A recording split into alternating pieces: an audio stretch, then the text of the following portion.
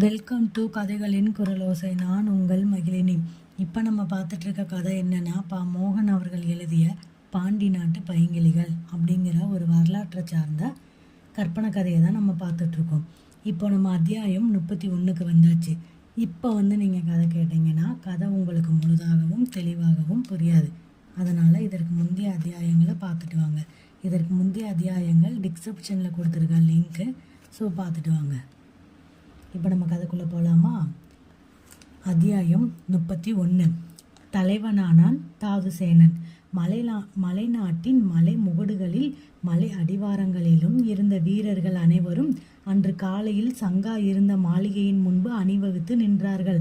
அனைவரும் பூரண இராணுவ உடையணிந்து இடுப்பில் வாள் தொங்க கையில் ஈட்டி பிடித்தபடி அணிவகுத்து நின்றார்கள். சிறு சிறு அணியாக நின்ற அவர்களை அணியின் தலைவர்கள் ஒழுங்குபடுத்தி கொண்டும் உத்தரவிட்டு கொண்டும் இருந்தார்கள்.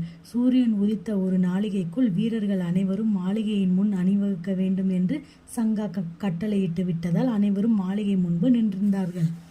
சங்காவின் அழகிற்கு மயங்கியும் அவளிடமிருந்து பெரும் செல்வத்திற்கு பணிந்தும் இலங்கை மன்னன் மகாநாகன் யாமினியின் மீதுள்ள அன்பாலும் அவர்களின் சிங்கள மகளான சங்காவின் பரிதாப நிலைக்கும் மதித்து அவள் பின்னே அணிவகுத்து வந்தார்கள்.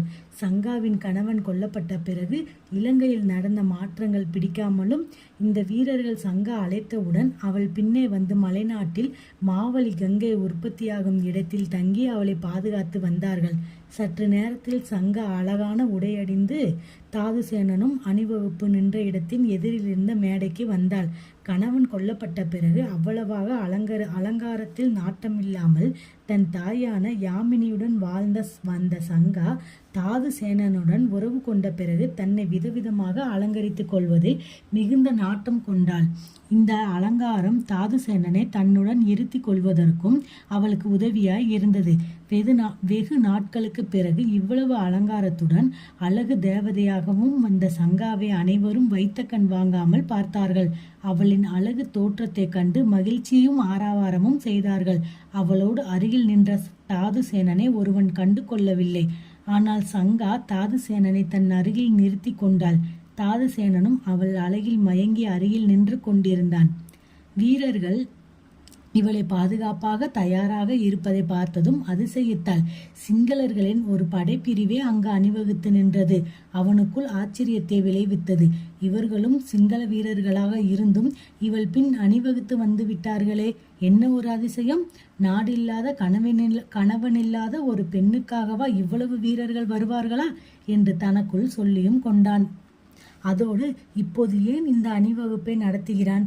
தான் வந்து இவ்வளவு நாளாக ஒரு வீரனை கூட சந்திக்கவோ தன்னை அறிமுகப்படுத்தவோ இல்லாமல் இன்று மட்டும் இந்த அணிவகுப்பு ஏன்?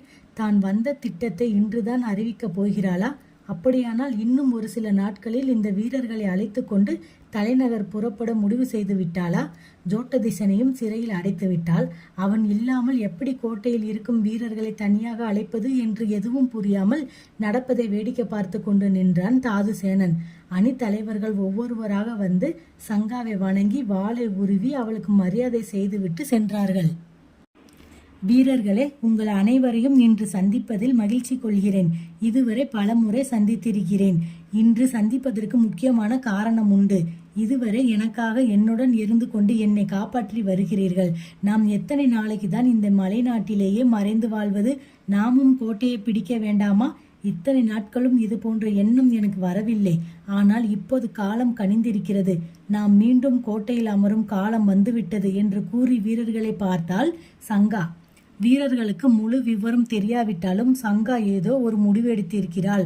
அதை அறிவிக்கத்தான் நம்மை அழைத்துள்ளாள் என்று எண்ணி அனைவரும் அவள் கூறப்போகும் வார்த்தைகளை கேட்டு தயாராய் இருந்தார்கள். ஆம் வீரர்களே, அனுராதபுரத்தில் இப்போது நடக்கும் நிகழ்ச்சிகள் மகிழ்ச்சிகரமாக இல்லை. என் கணவரை கொன்றுவிட்டு அமைச்சரும் சேனாதிபதியும் மித்தசேனன் என்று ஒரு கொள்ளைக்காரனை பெயரளவில் மன்னனாக்கிவிட்டு அவர்கள் ஆட்சி செய்கிறார்கள். அதனால் மக்களிடமும் படைப்பிரிவிலும் அதிருப்தி ஏற்படுத்துள்ளது. மக்கள் நல்ல ஆட்சியை எதிர்பார்க்கிறார்கள். தலைமை புத்த விகாரிலும் புத்த பிக்குகள் திருப்தியாக இல்லை. தலைமை பிக்கு நம்மை அழைத்து வர இவரை அனுப்பியுள்ளார். நாம் தலைநகருக்கு விரைவில் செல்ல இருக்கிறோம் என்று கூறினாள் சங்கா. வீரர்கள் அனைவரும் உற்சாக குரல் எழுப்பினார்கள். எல்லோரையும் அமைதிப்படுத்திய சங்கா மீண்டும் பேச துவங்கினாள். எல்லோரும் அடுத்து அவள் பேசப் போவதை கவனமாக கேட்டார்கள். இன்னும் ஒரு முக்கியமான செய்தி. இனிமேல் உங்களுக்கு எல்லாம் இவர்தான் தலைவராக இருப்பார். இவர் கூறுவதற்கும் மேலாகும் என் கட்டளை இவர் கட்டளை என்று நீங்கள் மதிக்க வேண்டும். இவர் தலைமையில்தான் நாம் தலைநகரை தாக்கப் போகிறோம். இவர் பெயர் தாதுசேனன். சிங்கள நாட்டை ஆள பிறந்தவர். இவருக்கு உங்கள் ஆதரவை தருவீர்களா என்று வீரர்களை பார்த்து கேட்டால் சங்கா. அனைவரும் ஆரவாரம் செய்தார்கள். தலைவர் வாழ்க வாழ்க என்று முழங்கினார்கள். இவர் தலைமையில் நாம் சென்று தலைநகரை வெல்வோம் என்று எனக்கு சத்தியம் செய்து தாருங்கள் என்று கேட்டால் சங்கா. அனைவரும் கையில் இருந்த ஈட்டியை மறுக்கையில் வைத்து கொண்டு இடையில் இருந்த வாளை உருவி உயர்த்தி வெற்றி பெறுவோம் சத்தியம் செய்கிறோம் என்று முழக்கமிட்டார்கள். அனைவரையும் வணங்கி அனுப்பி வைத்தாள் சங்கா. பூதுகா, இங்கே வாருங்கள் என்று ஒரு அணித்தலைவனை அழைத்தாள் சங்கா. அவன் சங்காவின் அருகில் வந்து நின்று வணங்கினான். பூதுகரே, இவருக்கு நீங்கள் தான் போர் பயிற்சி அளிக்க வேண்டும். இவர் பித்த புக்குவாக இருந்தவர், அதனால் போர் பயிற்சி இல்லாதவர். இவரை எவ்வளவு விரைவில் சிறந்த வீரராக ஆக்குவீர்களோ தெரியாது. அது உங்கள் பொறுப்பு. நாளை முதல் பயிற்சியை துவங்கள் என்று அறிமுகம் செய்து வைத்தாள் சங்கா. சங்காவின் வார்த்தைக்கு இருக்கும் மரியாதையை நேரில் கண்ட தாதுசேனன் இவளுக்கு இவ்வளவு மதிப்பா என்றும் வியந்தான். அங்கு நடந்தது, அவர்கள் பேசிக்கொண்டது எதுவும் அவன் காதுகளில் விழவில்லை. சங்காவின் அருகாமை அவனை அப்படி பைத்தியமாக பிடித்திருந்தது. தாதுசேனரே என்று அழைத்தாள் சங்கா. அப்போதும் தாதுசேனன் மௌனமாக நின்றான். அவன் கையை பிடித்து உலுக்கினாள் சங்கா. தன் நினைவு பெற்று விழித்தான். சங்காவை பார்த்தான். என்ன மயக்கத்தில் இருக்கிறீர்களா என்று சிரித்தபடி கேட்டாள் சங்கா. இல்லை இல்லை என்று தடுமாறினான் தாதுசேனன். இதோ பாருங்கள், இவர்தான் பூதுகர். இவர் உங்களுக்கு நாளை முதல் போர் பயிற்சி அளிப்பார் என்று அறிமுகம் செய்து வைத்தாள் சங்கா. பூதுகன் தாதுசேனனை வணங்கிவிட்டு சென்றான். நாளை முதல் போர் பயிற்சியை ஏன் துவங்க வேண்டும்? இன்றே துவங்கலாமே என்றான் தாதுசேனன். இன்று வேறு பயிற்சி இருக்கிறது, வாருங்கள் என்று அவனை கையை பிடித்து இழுத்து கொண்டு மேடையை விட்டு கீழே இறங்கி மாளிகை ஓரமாக நடந்து சென்றாள். எங்கே போகிறோம் சங்கா என்று கேட்டான் தாதுசேனன். சொன்னால்தான் வருவீர்களா என்று கூறியபடி அவனை இழுத்து கொண்டு சென்றாள் சங்கா. அவள் வேகத்திற்கு ஈடு கொடுக்க முடியாமல் தடுமாறியபடி அவளுடன் நடந்தான் தாதுசேனன். மாளிகையை அடுத்திருந்த சிறிய பாறையில் ஏறினாள் சங்கா. தாதுசேனன் ஏறுவதற்கு உதவியாக கை நீட்டினாள். அவள் கையை பிடித்து கொண்டு பாறை மேல் ஏறினான் தாதுசேனன். அங்கு அவன் கண்ட காட்சி அவனை கண்கள் விரிய ஆச்சரியத்தில் ஆழ்த்தியது. அது மாவலி கங்கை உருவாகி அருவியாக கொட்டும் அழகான காட்சி. அந்த அழகிய காட்சியில் மயங்கிய தாதுசேனன் சங்காவின் இடையில் தன் கையை போட்டு வளைத்து கொண்டான். இது அவள் மீதுள்ள மோகத்தாலா, இல்லை அவன் பாதுகாப்பாவா என்று அவன் நினைத்து கொண்டான். எவ்வளவு அழகிய காட்சி சங்கா! ஒரு நதியின் பிறப்பிடத்தையே இவ்வளவு அருகில் நின்று நான் பார்த்ததில்லை. எவ்வளவு நீர் கொட்டுகிறது என்று ஆச்சரியப்பட்டான் தாதுசேனன். ஆம் தாதுசேனரே, இது அழகுதான். தூரத்தில் இருந்து ரசிக்கும் வரை அதில் குதித்தால் காணாமல் போய்விடுவோம் என்றாள் சங்கா. என்னை போலவா என்று சட்டென்று கேட்டான் தாதுசேனன். ஏன், உங்களுக்கு என்ன என்று புரியாமல் கேட்டாள் சங்கா. உன்னை தூரத்தில் இருந்து பார்க்கும்போது உன் அழகை ரசித்தேன். உனக்குள் சங்கமமாகி விட்ட பிறகு நான் என்னை இழந்து விட்டேன் அல்லவா, அதுபோல்தான் என்றான் தாதுசேனன். நானா உங்களை வழுக்கி விழ சொன்னேன் என்று காதலாக கேட்டாள் சங்கா. உண்மைதானே சங்கா? புத்த பிக்குவாக இருந்த என்னை யோக நூல்களை படிக்க, என்னை போக நூல்களை படிக்காமல் உன் உடலில் படிக்க வைத்து சிறைப்படுத்தி விட்டாயே என்றான் தாதுசேனன். சங்கா திரும்பி அவனுக்கு எதிரில் நின்று அவனை நோக்கினாள். சட்டென்று அவனை கட்டிக்கொண்டு அணைத்து கொண்டாள். தாதுசேனரே, நீங்கள் போகத்தை படித்துவிட்டு வந்தவர் என்று என்னால் நம்ப முடியவில்லை. என்னை எப்படி புரட்டி புரட்டி போட்டு வேலை வாங்கினீர்கள்? நீங்கள் ஒன்றும் தெரியாதவரா என்று கேட்டு அவன் கன்னத்தில் தன் இதழ்களை படரவிட்டாள். அவள் இதழ்களை தன் இதழ்களுக்குள் சிறை வைத்தான். பலமாக கடித்தான். அவள் ஆ என்று மெல்ல குரல் கொடுத்தாள். வலிக்கிறதா என்று கேட்டான் தாதுசேனன். இல்லையே, என்ன செய்தீர்கள் வலிக்க என்று குறும்பாக கேட்டாள் சங்கா. அவனுக்கு இன்ப அதிர்ச்சியாக இருந்தது. இவ்வளவு பலமாக கடித்தும் வலிக்கவில்லை என்று கூறுகிறாளே என்று திகைத்த தாதுசேனன் அவளை மெல்ல நகர்த்தி கொண்டு ஒரு பாறையில் வளர்ந்திருந்த பெரிய மரத்தின் அடியில் வந்து அமர்ந்தான். அவன் மரத்தடியில் அமர்ந்து கொண்டு அவளை இழுத்து தன் மடியில் போட்டு கொண்டான். என்ன செய்ய போகிறீர்கள் என்று கேட்டாள் சங்கா. அதற்கு தாதுசேனனும், உன்னை வலிக்க வலிக்க என்று இழுத்தான். வலிக்க வலிக்க என்று அவளும் திருப்பி கேட்டாள். அதை கூற முடியாது, செய்யும்போது உணர்ந்து கொள் என்றான் தாதுசேனன். அவள் மெல்ல சிரித்தாள். ஏன் சிரிக்கிறாய் என்று கேட்டான் தாதுசேனன். நீங்கள் கூறியதை செய்ய வேண்டுமானால் முதலில் என் உடைகளை களைய வேண்டும் என்று கூறி அவனை பார்த்தாள் சங்கா. அடுத்த நொடி அவள் ஆடைகளுக்கு அவன் விடுதலை கொடுத்தான். சூரிய ஒளிப்பட்ட அவள் உடலை அவன் அங்கம் அங்கமாக ரசித்தான். அவன் எவ்வளவு கடித்தும் அவளிடமிருந்து எந்த ஒளியும் வரவில்லை. ஆனால் கண்கள் மயக்கத்தில் சொருகியது, உடல் வலியால் துடித்தது, வாய் மட்டும் இன்னும் இன்னும் என்று முணங்கியது. இவள் பெண்தானா என்று சந்தேகம் வந்தது தாதுசேனனுக்கு. அவள் வெறியோடு அவனை கீழே தள்ளி அவன் உடைகளை களைத்தாள். அருவி இதை கண்டு வெட்கத்தில் ஓவென்று அலறியது. அத்தியாயம் 31 நிறைவடைஞ்சிருச்சு. அடுத்த அத்தியாயமான 32 இதே வீடியோவில் பார்க்கலாம். அத்தியாயம் 32. தப்பினான் ஜோட்டதிசன். ஜோட்டதிசனின் சிறை அறைக்குள் புரண்டு புரண்டு படுத்து கொண்டிருந்தான். அது ஒரு சிறையாக இருந்தாலும் ஒரு அறையாக இருந்தது. உயரத்தில் ஒரு சாளரம் மட்டும் இருந்தது. அதன் வழியாக தான் காற்றும் வெளிச்சமும் வந்து கொண்டிருந்தது. அறையின் வாயில் பூட்டப்பட்டு இருந்தது. சாளரத்தின் வழியாக எந்த காட்சியையும் அவனால் காண முடியவில்லை. உயரமான இடத்தில் இருந்த அந்த அறை அமைக்கப்பட்டிருக்கும் என்று எண்ணினான். அறை கதவு திறக்கப்பட்டு ஒரு காவலாளி அவனுக்கு உணவு கொண்டு வந்து கொடுத்தான். அந்த அறையில் அடைக்கப்படும் போதே அவன் எச்சரிக்கப்பட்டிருந்தான். இந்த அறையிலிருந்து தப்பிக்க நினைத்தால் வெளியில் இருக்கும் காவலர்கள் வெட்டி போட்டு விடுவார்கள் என்றும் கூட எச்சரித்தான். எந்தவித முயற்சியும் எடுத்து தப்பிக்க நினைக்காமல் இருந்தான் ஜோட்டதிசன். இரவும் பகலும் தனிமை சிறையில் அடைக்கப்பட்டிருந்தால் அவன் சிந்தனையெல்லாம் சங்காவை பழிவாங்குவதிலே இருந்தது. ஆனால் வழி எதுவும் புலப்படாததால் மனதிற்குள் வஞ்சத்தை வளர்த்து கொண்டான் ஜோட்டதிசன். இதே ஆட்சியை தான் அளிப்பதாக தானே அவளுக்கு உறுதி கொடுத்தோம். ஆனால் அந்த புத்தபிக்குவிடும் எடை கண்டாள் என்று தெரியவில்லையே. அவனும் அதை தானே கூறியிருக்க முடியும். அவன் மாமனும் அந்த உறுதியைத்தானே சங்காவிற்கு அளிக்கும்படி யோசனை கூறினான். இதில் அவன் கூறியதை மட்டும் எப்படி நம்பினாள் என்று பலவாறாக சிந்தித்து சிந்தித்து வெறுத்து போனான். தான் இல்லாத போது வேறு ஏதாவது திட்டத்தை அந்த பித்த புக்கு தாதுசேனனிடம் கூறியிருப்பானோ? அப்படி இருந்தாலும் தன்னை விளக்க வேண்டிய அவசியம் என்ன? என்னென்றால் நினைத்து குழம்பியபடியே படுத்திருந்தான். எப்படியெல்லாமோ நினைத்திருந்தும் எந்த முடிவும் அவனுக்கு தெரியவில்லை. இப்படியே தனிமை சிறையில் கிடைத்தே சாக வேண்டுமா? இதற்காகத்தான் இந்த புத்த பிக்குவோடு இணைந்தோமா என்று நினைத்தான் ஜோட்டதிசன். இங்கு இவர்கள் கொடுக்கும் உணவை உண்டு இந்த அறைக்குள்ளேயே நடந்து நடந்து தன பலமும் அறிவும் மழுங்கி விடுமோ என்று கூட பயந்தான் ஜோட்டதிசன். ஒரு நாளைக்கு 2 வேளை மட்டும் அவனுக்கு உணவு வந்து கொண்டிருந்தது. அந்த உணவும் அவனுக்கு போதுமானதாக இல்லை. காலையில் வந்த உணவை உண்டு விட்டான். இனி மாலை மயங்கும் நேரத்தில்தான் உணவு வரும். வேறு எந்த விதத்திலும் நேரத்தை அறிந்து கொள்ள அவனுக்கு எந்த அறையில் வாய்ப்பில்லை. தன் விதியை நினைத்து நொந்து கொண்டு இருந்தான் ஜோட்டதிசன். தன்னிடமிருந்த ஆயுதங்களும் பறிமுதல் செய்யப்பட்டு விட்டதால் எதையும் செய்ய இயலாத நிலையில் இருந்தான் ஜோட்டதிசன். உண்பது, படுப்பது, விழிப்பதுமாக காலத்தை கழித்தான். கதவு திறக்கப்படும் ஓசை கேட்டது. ஓ, மாலை நேரம் முடிந்து விட்டது. இரவு வரப்போகிறது. உணவு வருகிறது. அதை அப்போதே உண்டுவிட வேண்டும்.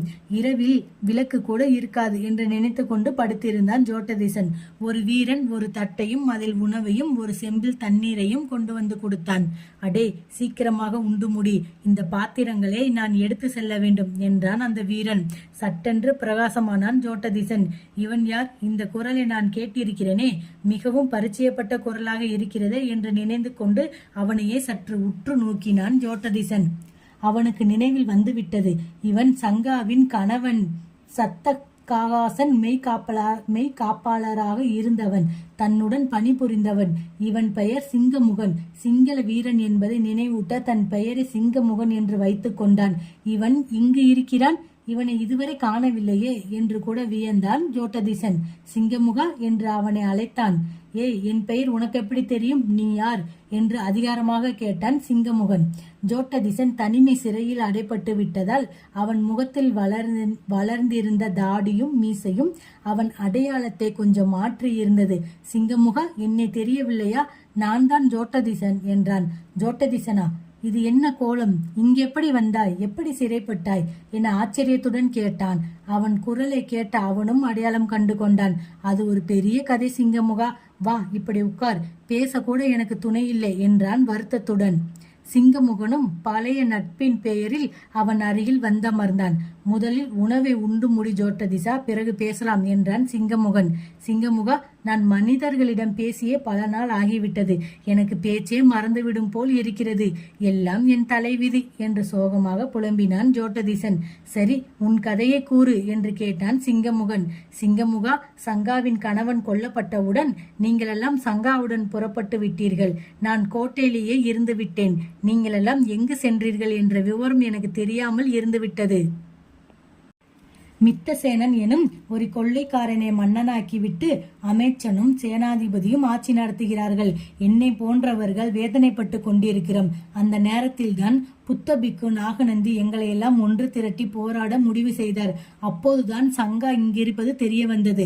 சங்காவையும் துணைக்கு அழைத்துக் கொள்ளலாம் என்று நானும் பிக்குவின் மருமகனும் தூது வந்தோம்.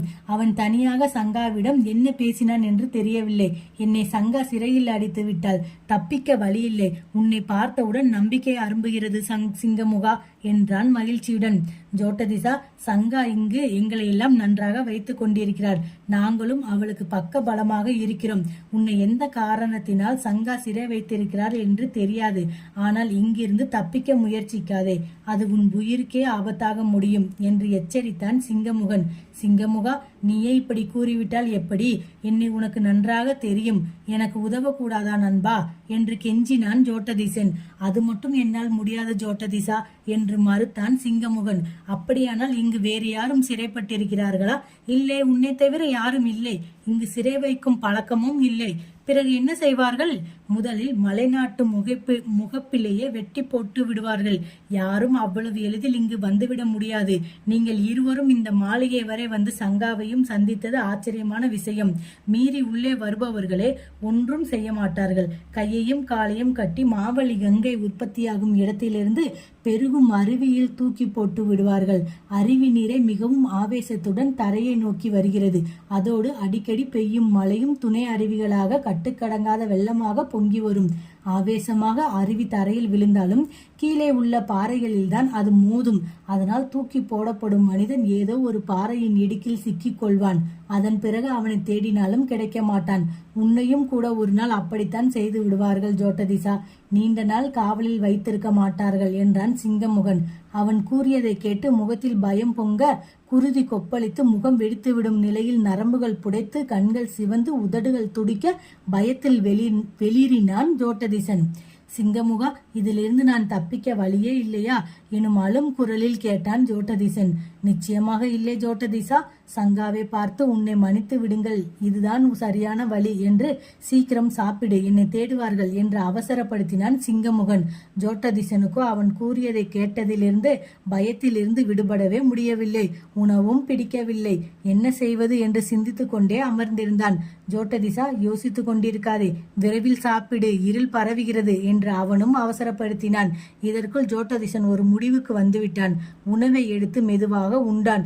உண்டு முடித்து பாத்திரத்தில் கை கழுவி விட்டு எழுந்தான். சிங்கமுகன் காலியான உணவு பாத்திரத்தை எடுத்துக்கொண்டு புறப்பட தயாராகானான். சிங்கமுகா என்று அழைத்தான் ஜோட்டதிசன். என்ன ஜோட்டதிசா என்று கேட்டான் சிங்கமுகன். நீயே எனக்கு தினமும் உணவு கொண்டு வருவாயா? உன்னிடம் பேசியாவது என் குறையை தீர்த்து கொள்கிறேன் என்று கேட்டான் ஜோட்டதிசன். நிச்சயம் கூற முடியாது ஜோட்டதிசா. யார் உணவு கூடத்தில் அந்த நேரத்தில் இருக்கிறார்களோ அவர்கள்தான் மாற்றி மாற்றி உனக்கு உணவு கொண்டு வருவார்கள் என்று கூறினான் சிங்கமுகன். நீயே கேட்டு வர முடியாதா சிங்கமுகா என்று கேட்டான் ஜோட்டதிசன். முடியாது ஜோட்டதிசா. யார் யாருக்கு என்ன வேலை என்று தினமும் தீர்மானிக்கப்படும். இன்று எனக்கு சமையல் கூடத்தில் வேலை. நான் சற்று ஓய்வாக இருந்தேன். அதனால்தான் உணவு கொண்டு வந்தேன். நாளை எனக்கு எங்கு வேலை என்பது காலையில் தான் தெரியும். சரி, நீ உறங்கு, நான் வருகிறேன் என்று புறப்பட்டான் சிங்கமுகன். சிங்கமுகா என்று மறுபடியும் அழைத்தான் ஜோட்டதிசன். என்ன, நான் போக வேண்டும், விரைவாக கூறு என்று எரிச்சலுடன் கேட்டான் சிங்கமுகன். அதோ அந்த சுவற்றில் பார், ஏதோ பூச்சி போல் ஊறுகிறது என்று வாயில் கதவை தள்ளி உள்ளே சுவற்றை காட்டினான் ஜோட்டதிசன். சிங்கமுகன் அந்த இடத்தை பார்த்துவிட்டு இல்லையே என்றான். அதோ கீழே இறங்குகிறது பார் என்றான். மீண்டும் சிங்கமுகன் குனிந்து சுவற்றை பார்த்தான். அதே நேரம் சிங்கமுகனை ஓங்கி உதைத்தான் ஜோட்டதிசன். அவன் உதைத்த வேகத்தில் மடார் என்று சுவற்றில் மோதி கீழே விழுந்தான். உடனே பாய்ந்து போய் அவன் மீது அமர்ந்து கொண்டு அவன் கழுத்தை அழுத்தி பிடித்தான் ஜோட்டதிசன். சுவற்றில் மோதிய அதிர்ச்சியில் சுருண்டு விழுந்த சிங்கமுகன் கழுத்தை ஜோட்டதிசன் அழுத்தி பிடித்தியதால் துடிப்பு இறந்தான். என்னை மன்னித்து விடு நண்பா, நான் எப்படியும் தப்பிக்க வேண்டும் என்று கூறிவிட்டு எழுந்து சுற்றும் முற்றும் பார்த்தான் ஜோட்டதிசன். அறையை விட்டு வெளியில் வந்து மெல்ல எட்டி பார்த்தான். ஒருவரையும் காணவில்லை. இவன் கூறியது போல் எந்த காவலும் இல்லை. உள்ளே மீண்டும் வந்த ஜோட்டதிசனை பரபரவென்று செயலில் இறங்கினான். அவன் உடைகளை சிங்கமுகனுக்கு அணிவித்து விட்டு அவன் உடைகளை தான் இவன் அணிந்து கொண்டான். இவன் உடைகளையும் உடைவாளையும் எடுத்து கொண்டான். அவன் முகத்தில் நரித்தனமான சிரிப்பு மலர்ந்தது. நான் விடுபட்டு விட்டேன் சங்கா, இதோ வருகிறேன். முதலில் உன்னை பழி வாங்கி விட்டுத்தான் இங்கிருந்து போவேன். வெற்றி எனக்குத்தான். ஆஹா ஆஹா என்று வாய்விட்டு சிரித்தான். நரி ஒன்று பூனை நடை பயின்று அறையை விட்டு வெளியில் வந்தது. அத்தியாயம் 32 இதோட நிறைவடைஞ்சிருச்சு. அடுத்த அத்தியாயத்தை அடுத்த வீடியோவில் பார்க்கலாம். இந்த கதை கேட்டு முடிச்சுட்டு உங்களுக்கு பிடிச்சிருந்தா கமெண்ட்ஸில் சொல்லிட்டு போங்க. நன்றி.